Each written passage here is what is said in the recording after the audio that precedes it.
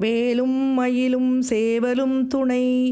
அருணகிரிநாதர் 2 திருப்புகழ் பாடல்கள் பாடிய கடலூர் மாவட்டம் பன்ருட்டியில் இருந்து 2 கிலோமீட்டர் தொலைவில் இயற்கை எழில் சூழ அமைந்துள்ள திருவதிகை என்னும் திருத்தலம் பற்றி அறிவோம்.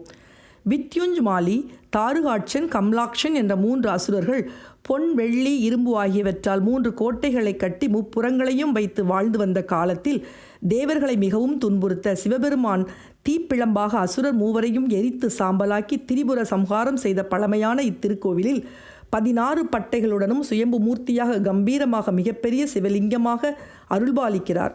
7 ஏக்கர் நிலப்பரப்பில் 7 நிலை ராஜகோபுரத்துடனும் 7 கலசங்களுடனும் அமைந்த இத்திருத்தலம் அப்பர், சம்பந்தர், சுந்தரர் ஆகிய 3வராலும் பாடல் பெற்ற புண்ணிய ஸ்தலமாகும்.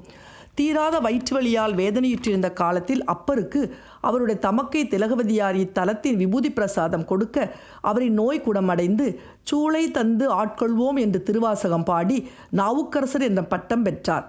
திருஞான சம்பந்தருக்கும் திருநடன கோல தரிசனம் கிடைக்கப் பெற்றது.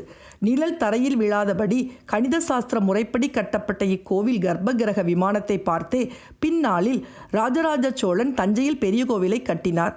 அதிகை வீரட்டத்து ஈசன் இடமருங்கில் ஏந்திழை என்றும் அண்ணல் அதிகையான் ஆகம் பிரியாத பெண்ணின் நல்லாள் என்றும் பாடப்பட்ட இறைவி பெரியநாயகி சகிதம் எழுந்தருளி உள்ள சிவபிரானை தரிசித்து அருள் பெறுவோம்.